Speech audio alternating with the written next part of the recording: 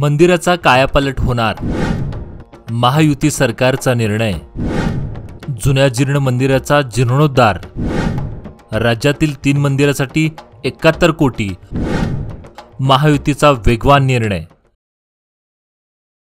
500हून अधिक वर्ष जुन्या जीर्ण झालेल्या प्राचीन मंदिरांचा कायापालट करण्याचा महत्त्वाचा निर्णय देवाभाऊंच्या महायुती सरकारने घेतलाय।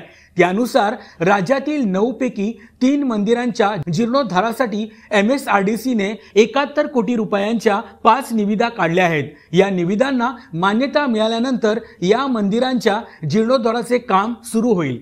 यामध्ये पुणे जिल्ह्यातील कार्ला येथील एकविरा देवी, बीडमधील पुरुषोत्तमपुरी तसेच कोल्हापूर जिल्ह्यातील कोपेश्वर मंदिरांच्या कामांचा समावेश आहे। या निर्णयाची अंमलबजावणी करण्याची जबाबदारी MSRDC कडे सोपवली आहे। म्हणजेच देवाभाऊंच्या नेतृत्वात महायुती सरकार आल्यापासून पुन्हा एकदा हिंदू सण आणि संस्कृतीला महत्त्व मिळू लागले आहे। हिंदू संस्कृती जपणार महायुती सरकार।